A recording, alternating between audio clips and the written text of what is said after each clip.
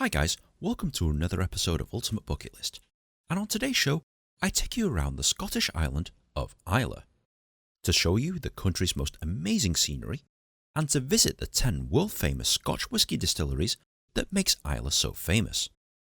This is your complete guide to what to do when you're in Islay, where to stay, what to see, which distilleries to visit and what not to do.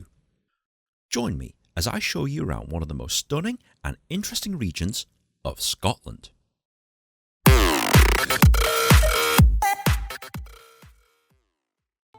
Imagine an island with stunning beauty, picturesque sea views that is dedicated to the art of whisky making. Well, that place exists and it's called Islay, and I've always wanted to visit but I've never had the chance. Until now.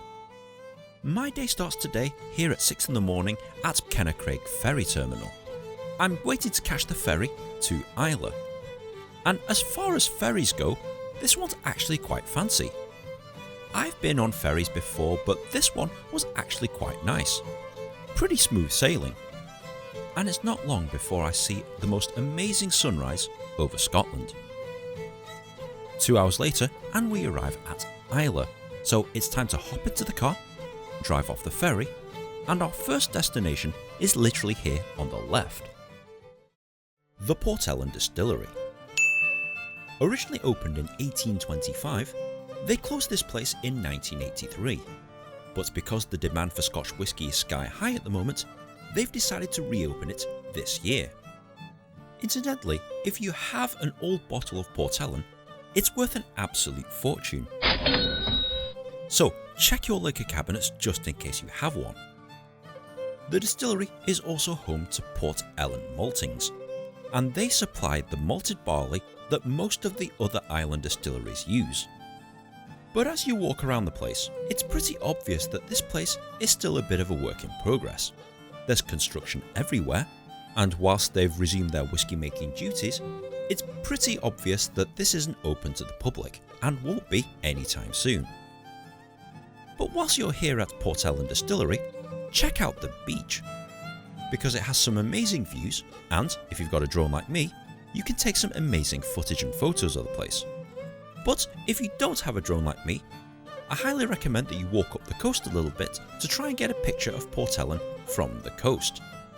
You'll need to traverse what looks like a sewage pipe that goes out into the ocean, or climb up over those rocks over there. But once you look back, you'll get this amazing photo opportunity. Just like that. As much as I'd love to stay here all day, there's really not much else to see, so it's time to check out the town of Caol Ila itself. As the largest town on the island, it has all the amenities that you could want. Restaurants, bars, hotels, there's a supermarket, but otherwise this is a very sleepy port town, and it's really quiet here. Everything's nautical themed, and there's absolutely nobody around, so if you like peace and tranquility, Caol Ila is actually quite nice. But anyway, it's time to leave town and go 1 mile east to possibly the most famous distillery on the island. Laphroaig. This is possibly the most well-known brand of Islay whisky in the world. It's apparently Prince Charles's favourite drink, and it's the only brand of whisky that carries the royal warrant of the Prince of Wales. Laphroaig has been continuously making whisky here in this location since 1815, and when you have a look at this place from the air, you can tell that this is not a small operation. This is actually quite a massive distillery. I'm thoroughly looking forward to taking a tour here, and oh, it's closed. That's a little annoying. Because of COVID, Laphroaig aren't actually doing any tastings and tours, which is a bit of a shame. And apparently, you're not even allowed around the grounds. Hang on, is there anybody actually working in that security hut? Nope. Okay, let's have a wander around. Whilst I obviously don't advocate trespassing on property, without it I wouldn't be able to show you this. This cool whisky wall, some of the warehouse buildings, and hey, they've left a door open. Let's see what's in here. Oh, it's the still house. Let's go have a look at their stills. Ooh, fancy. I also find my way into the peat store, which is where they keep all of their peat. Boy, there's tons of it here. Obviously, the visitor centre is well and truly shut, so I can't go in here. But if you go outside the visitor centre, you'll see the most famous bit of the Laphroaig Distillery. The famous sign that you'll find on their bottles. I've travelled way too far to not have a picture of this thing. But because I'm on my own, I have to fire up the drone and take pictures that way. Well, that's my excuse anyway. But whilst the drone is in the air, you can actually see the sheer scale of this place and the surrounding area. Once again, if you don't have a drone, the best place to take photos is right at the end here, overlooking Laphroaig Bay, and you might have to meander along this brick wall to get the best possible view. Just like that. But anywhere along this wall makes for an excellent photo opportunity. It's such a shame that Laphroaig isn't actually open. Maybe one day, the next time I come here, this place will be open. And furthermore, if you come here, hopefully it'll be open for you. So it's time to get the hell out of here before somebody realises I'm not supposed to be here. But not before trying to find my plot of land. As a friend of Laphroaig, I've been given 1 square footage of Scotland that is technically mine. And it's around here somewhere, but where? According to the GPS on my phone, I own this. This whole area, well, just the 1 square footage of it, this area is mine. Yay! Alright, that's enough of that. Goodbye, my patch of Scotland. And it's now time to go to the next destination on my list. Lagavulin. This is one of the more popular brands of Scotch whisky, and it's popular for a reason. Because it's effing delicious. Seriously, Lagavulin whisky is some of the nicest whisky you'll ever come across. And these guys have been making whisky here continuously since 1816. From the air, it's actually quite a sizable operation, and this is one of the places that's actually open for tours and tastings. But I know you're probably going to ask me one question. How do they make whisky? Well, let me educate you. So to make Scotch whisky, you'll need 3 ingredients: water, yeast and grains. Traditionally here in Scotland, they'll use malted barley, but some companies will use other things such as wheat, corn and rice. The grains are steeped in water to start the germination process. This tricks the grains into thinking that they're actually growing. The grains are then laid out and dried into a kiln. It's then ground up and turned into grist. And with the grist, they put it in a giant container, known as a mash tun, and they mix it with water. This is to turn all the starches into sugars, and this sugary liquid is known as sweet wort. The sweet wort is then pumped into a container called a washback, where they add yeast. This turns the sugars into alcohol, but a very low strength one. We'll need to extract that, so that's why we need copper stills. Imagine a big giant kettle where you can boil off all the alcohol, firstly into a wash still, and then again into a spirit still. The liquid from the spirit still then goes into the spirit safe, and only the middle bit of the alcohol, i.e. the bit that's safe to drink, is taken. This is known as new make spirit. The new make spirit is then transferred to casks or barrels. Each barrel imparts a different flavour into the alcohol. It's left for many years to infuse, for a minimum of 3 years and 1 day. After this, it's legally Scotch whisky. What makes Islay Whisky so different is that they actually dry their barley using peat smoke. This is where they burn blocks of decaying moss to smoke dry their whisky, and this imparts a smoky flavour that's unique to the world of Scotch whisky. Anyway, back to the Lagavulin tour, and if you walk around the outside of the building, you'll actually come across this veranda with a lovely view of the sea. And wait, what's that? Is that an abandoned castle in the middle of the ocean? Huh, might have to check that out later. But right now, it's time for the tour. And as soon as you walk in, it's pretty obvious that this place is traditional Scottish. There's nothing modern about this place, and it has a lot of charm and character. Everything from the walls to the decoration to the decorative bottles, it's all very, very retro. By the way, this is Paul and Graham, my fellow tour mates, and these guys were absolutely hilarious. Me and this steward boy just absolutely smashed. It's always cool when you enjoy the company of everyone around you, and with these guys, it was pretty much a laugh a minute.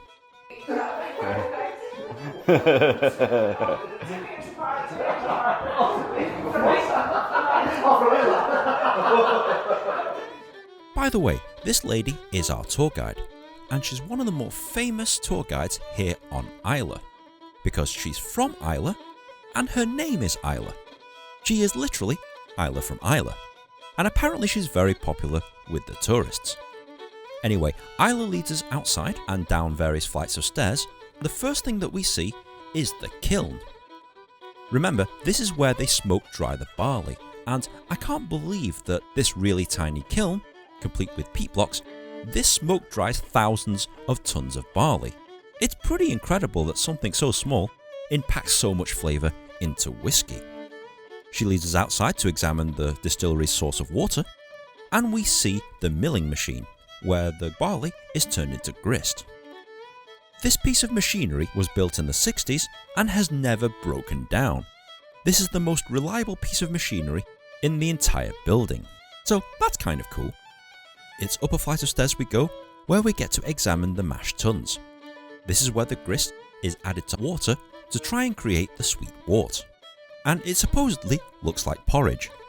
Oh, it does look like porridge. Doesn't look very appealing though, does it? Islay does a great job in informing us how whiskey's made. And this thing above our heads, that carries about 4 tons of grain, so that's pretty scary to know that this is hovering over our heads. Pretty cool though. This is where the sweet wort combines with yeast to create alcohol. And the smell in here, well, you'll think that you're in a brewery because, boy, the yeast and the sugars, it smells like beer. She then takes us into the still house, where we examine the giant copper stills that extract the alcohol from the sugary liquid that we just saw. She does a fantastic job explaining the history of the stills, and we even get a demonstration from the still master as to how to take the perfect cut of whiskey once it's distilled by these copper stills.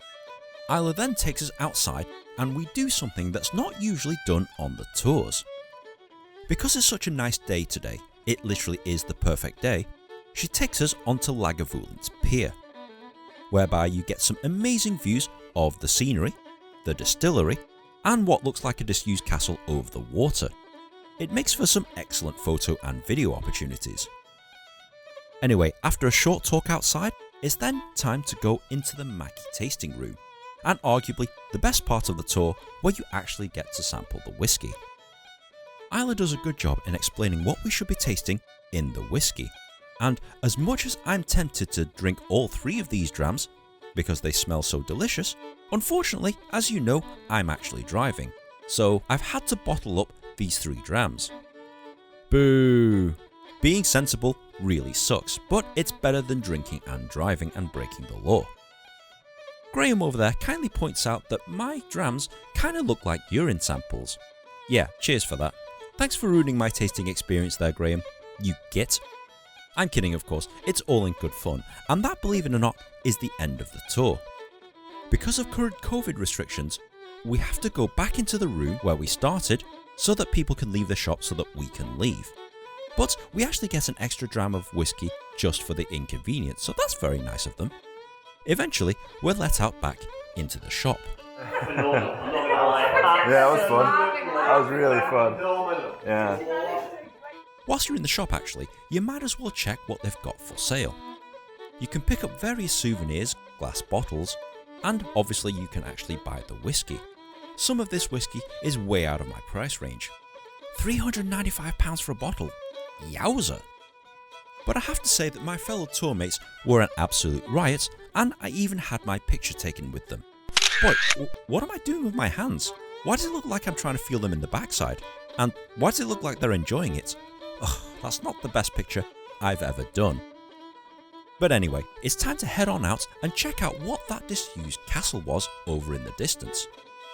This is the remains of Bunnahabhain Castle, a medieval castle that is now mostly lost to the sea. When you climb to the top of it, it affords you some amazing views of Lagavulin Bay. Time to fire up the drone and see what we can see.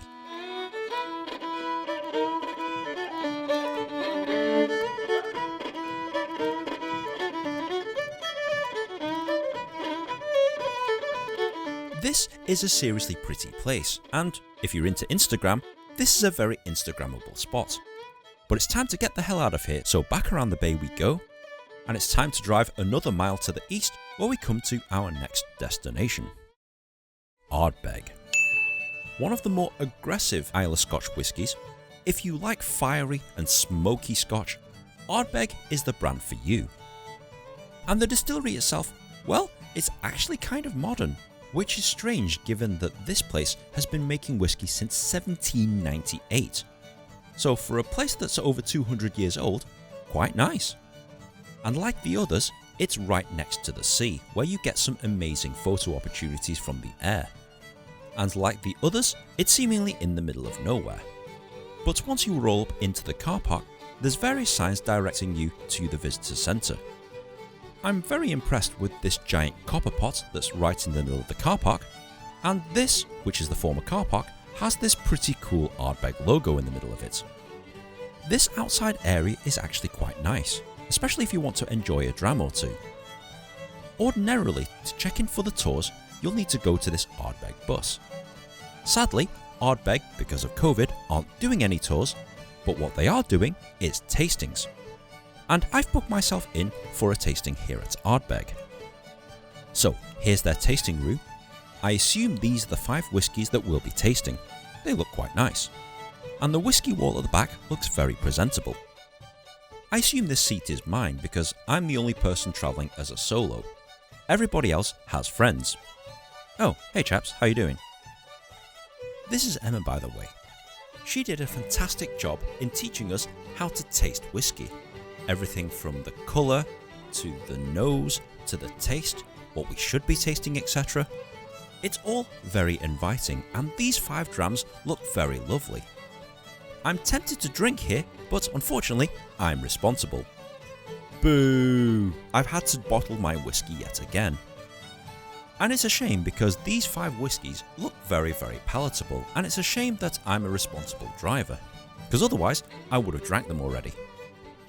And I know what you might be thinking, why did you book a tasting if you know you're driving? Well, to be honest, I kind of wanted the experience, so even though I didn't actually taste any of the whiskey, I thoroughly enjoyed Emma's commentary. Whilst you're here actually, you might as well check out the Ardbeg shop. It's a typical place where you can buy Ardbeg brand paraphernalia and pick up a bottle or 2 of their delicious whiskey. Even though it's one of the more aggressive brands of Islay whiskey out there, I probably should have bought a bottle or 2. Oh well, hindsight's a wonderful thing.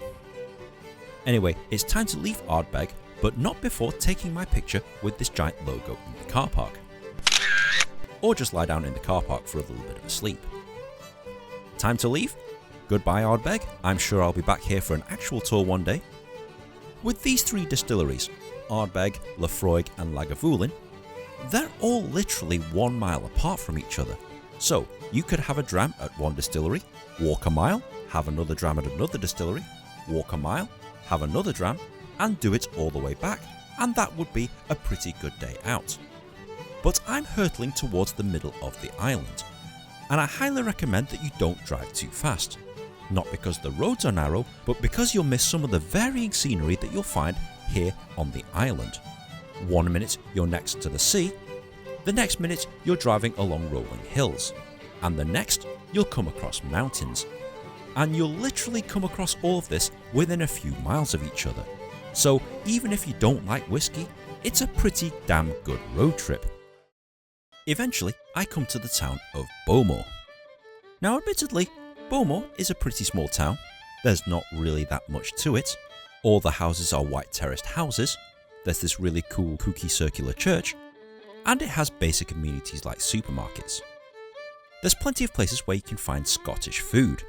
They've got a lovely harbour, it's very quiet and peaceful, and you get some nice photo opportunities. But admittedly, I'm only here for one thing: the Bowmore Distillery. Now, Bowmore is one of the more popular brands of Islay Scotch whisky, and they've been making whisky here since 1779, which makes this one of the oldest distilleries in Scotland. And from the air, it looks like a fairly sizable operation. But if you try and go inside and visit the visitor centre and shop, you'll realise that it's shut. Not only is it shut, it's pretty much locked solid. I'm pretty sure they've closed due to COVID, and even if you walk around the building, all the gates are locked, so there's definitely no getting in this place unless of course you want to break and enter. One thing that you can see, however, is this wall, where you can stand next to the famous Bowmore wall. So I managed to get some photos and videos of myself next to this wall, and some of you are asking at this point, this is well and good and all, but which distillery makes the smokiest whisky? To find out the answer to that, we'll need to go to that building over there and we'll have to drive around the bay. Bruichladdich. This is the famous distillery that makes some of the most severe whisky on the planet. It's situated in the small town of Bruichladdich, and they actually make two brands of whisky. Bruichladdich, which isn't that peated traditionally, and Port Charlotte, which is heavily peated. But these guys are mad scientists, and they've come up with Octomore, the most smokiest whisky on the planet. This is liquid evil in a bottle, and it's fantastic. But when you try and go around the Bruichladdich Distillery, unfortunately it's closed to the public, and like Bowmore, they've locked the gates. Even the bits that you can see by climbing over this very flimsy chain link fence, to be honest, not that interesting. It's definitely showing its age a little bit, having been built in 1881, but I'd love to still come back here one day and do a real tour. It's about 6:30 in the evening, and, well, I'm getting a little tired, but to be honest, I'm more interested in the coastline over there. If you carry on driving down this road, you'll eventually come to the town of Bunnahabhain. Admittedly, this small fishing town is fairly unremarkable, but what is remarkable is this, the Rins of Islay Lighthouse. Unfortunately, you can't actually go to it, but you can capture it with a drone. I'm spending the night here in a small town called Port Charlotte. Again, it's a fairly small, unassuming Scottish town. It's pretty much in the middle of nowhere, but it's a quiet, tranquil place away from pretty much everything. It's got the Museum of Islay Life, which is ironic because it's right next to a graveyard, and it's also home to this place, Lochindale House, with its own lighthouse. Apparently, you can actually rent this place out as a holiday home. Imagine that, having a holiday home with your own lighthouse. I think that's kind of cool. It's time to get some sleep because I've got a big day ahead of me tomorrow.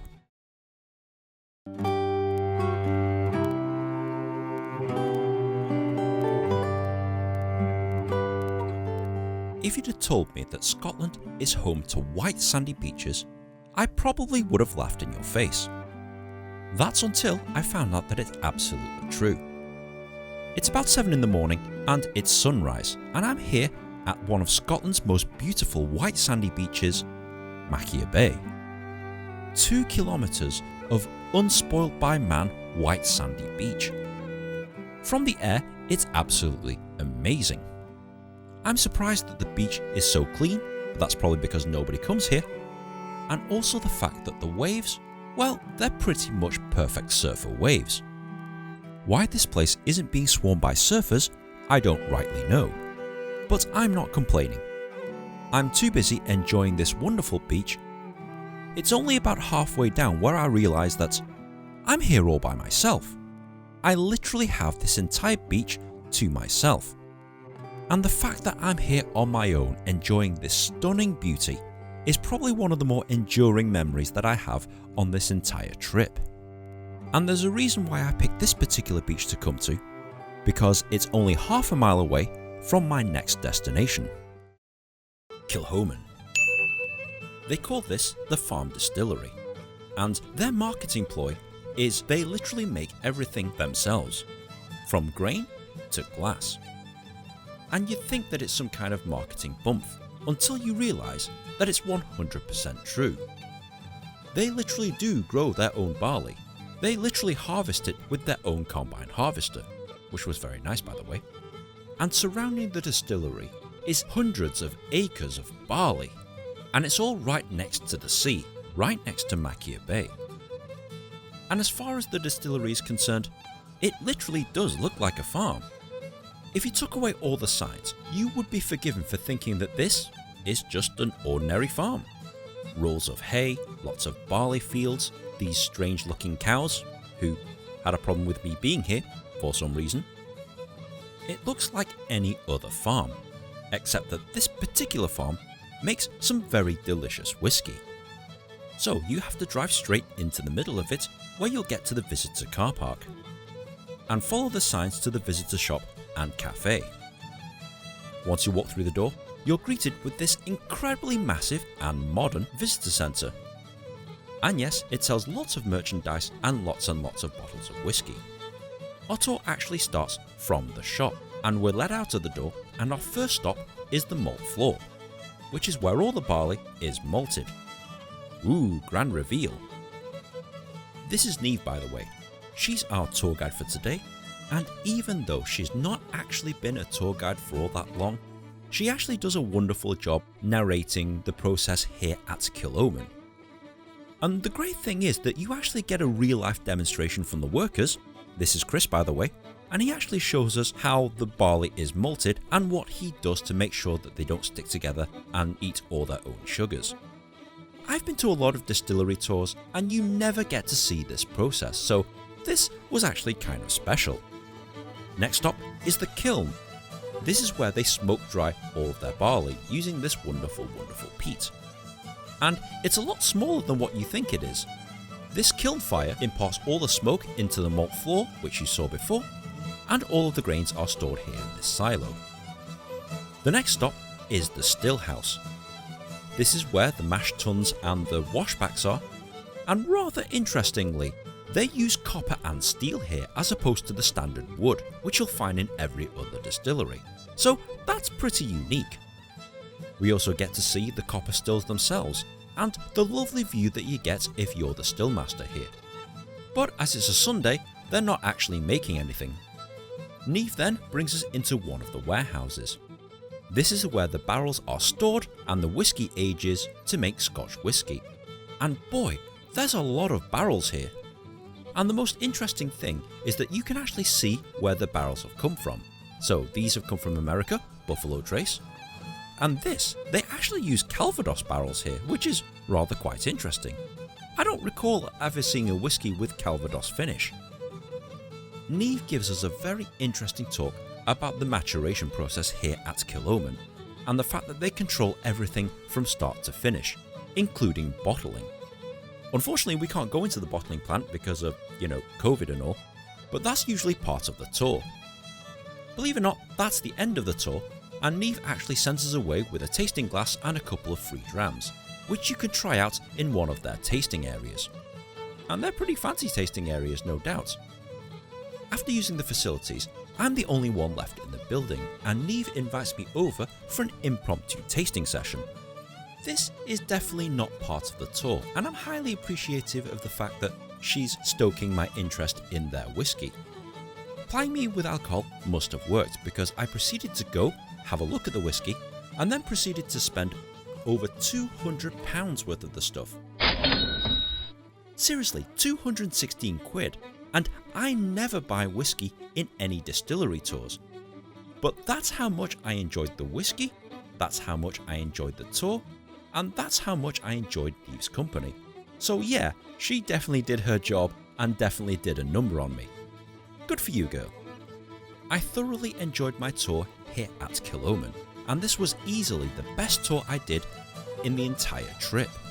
But as I'm driving away from the place, in and amongst the barley fields and the single track roads, I've just remembered something. I mentioned before that the 3 ingredients to make whiskey is water, yeast and grains. But there's one key ingredient about Scotch whisky that I completely forgot to tell you about. Scotland itself. It's a beautiful country, and I'm always surprised at the sheer amount of varying scenery that you'll see when you drive around the country. And the different scenery, climate and environment in these different regions of Scotland makes the whisky taste different. So even though every distillery in Scotland uses roughly the same 3 ingredients, The process and the environment around them dictates how their whisky tastes, and no two distilleries ever creates the exact same whisky. From the fruity, sickly sweet whiskies from Speyside, to the robust, earthy floral tones that you'll get in the Highlands, the flat, citrusy taste that you'll get from the Lowlands. Here on Islay, you'll get fiery, smoky peat. And finally, the salty brininess from the seaside town of Campbellton. Together, these 5 whisky-making regions are what makes Scotch whisky so special. The scenery around Scotland is breathtaking, and that's reflected in their end product. This makes Scotch whisky the finest whisky in the world. By the way, it's not long before I get to my next destination, Caol Ila. This is the largest whisky producing distillery on the island, but it also provides the smoky element to Johnnie Walker's whisky. And when I got here, it was shut. And I don't mean that the shop and the distillery is closed to the public, I mean that it's completely shut. As in, there's nobody here. The car parks aren't open, there's no sound emanating from the distillery. And just by looking around the place, it kinda looks like this place has been, well, virtually abandoned. But seeing as though nobody's here and nobody can stop me walking around, I decided to have a walk around anyway. This distillery has been producing whisky since 1846, and some of the buildings pretty much show that. I eventually find my way into the cooperage, although it was not open. And just by walking around the place, you can tell that this isn't one of your ultra-modern distilleries. The visitor centre is well and truly closed, and there are signs saying so. You can see the copper stills from the windows from the outside, the source of water that they use for their whiskies, and the tasting room, well, it's kind of full of junk at the moment, which is a real shame because apparently the Caol Ila tour comes highly recommended. But seeing as though I'm here, I might as well crawl onto Caol Ila's pier and take in the wonderful views of the paps of Jura over the water. And the distillery looks pretty amazing over the water. So if you do have a drone, take lots of pictures, but if not, there's plenty of picture opportunities around, particularly overlooking the paps of Jura. Anyway, there's only so much fun you can have with a distillery that's completely closed, so I decided to drive 2 miles up the road to the northernmost distillery on the island. Bunnahabhain. Bunnahabhain is slightly different to the rest of them, because traditionally they barely peat their whiskies, which is quite odd given where they are and given the fact that every other distillery uses peat smoke to dry their barley. It's located in the small town of Bunnahabhain, and their location across the bay offers some amazing views of Jura and the surrounding area. When you go into the car park, you'll quickly realise that there's no tours happening, but the shop is definitely open. And these two guys right here, it was nice to talk whisky with them. Unfortunately, I'm here a week early because the tours with these guys actually start next week. So hopefully by the time you watch this video, you can actually take a tour here at Bunnahabhain. But be sure to go out to the back of the visitor centre because you get this amazing view of the paps of Jura. There's even a seating area just in case you want to enjoy a dram with the scenery. As for the distillery itself, well, it's definitely showing its age. It's probably in need of a little bit of refurbishment, but having said that, these guys have been doing it since 1881. Considering they've been doing it in buildings that look like this, the whisky is pretty damn incredible. It's pretty cool to see some of the barrels that they've used and have a walk around the buildings themselves, even though you can't actually go inside them. One thing you can check out, however, is Bunnahabhain's pier. And once again, because it's so next to the other two distilleries, you get another amazing view over the paps of Jura and across Bunnahabhain Bay. If I was to come back here, I definitely would do a tour here at Bunnahabhain. But anyway, it's time to go back down the pier, get myself a small driver's dram, just as a souvenir, and drive to the final destination on my trip. The last and the newest distillery on the island, Ardnahoe. This is the newest distillery on the island and only opened in April of 2019. So last year basically. And as you can see from the images, Well, it's not the biggest distillery you'll ever come across, but it's certainly the newest and the shiniest. Arguably, it has the best view over the paps of Jura, in fact, the best view out of any distillery that I've visited. As you can imagine from a place that only opened last year, everything is ultra modern. The car parks, the buildings, it's all super modern. But it's surrounded by this wild, untamed beauty, and it's actually a very idyllic walking spot. But anyway, time to go into the visitor centre, whereby you can buy lots of Ardnahoe branded stuff, but you can't buy any of their whisky. Remember, for it to be legally Scotch whisky, it has to be aged for 3 years and 1 day. And these guys have been open for about 18 months. You can't actually buy any of their whisky at the moment, but what you can do is buy whisky from pretty much every other brand. Yes, if you haven't visited enough distilleries already, they sell pretty much every brand of Islay Whisky here, and some rather interesting blends. Scarabeus, what's this? Islay single malt. It's from the island, but it's not from here. In theory, you can actually buy a quarter cask of their new make spirits, but you legally can't have it because it's not at least 3 years old. The attention to detail here is pretty amazing, and their restaurant, oh wait, it's these guys, the guys that I met from the tasting at Ardbeg. They've apparently had a wonderful time here, so that's a good sign. I'm oohing and ahhing about the collection of whisky that they have, completely unaware that my tour actually started. You get to go into the presentation room, where you get to learn about the history of the founders of Ardnahoe, have a look at some of their tools, check out some of their strains of yeast and grist, check out the grist bin, examine their washbacks, and checked out the most amazing view of any still house on the island. I mean, seriously, imagine if you're the still master and you get to look out at that every single day whilst you're distilling alcohol. It's pretty damn immense. And as you can imagine from a brand new facility, everything is pristine, clean and modern. It's pretty much perfect in here.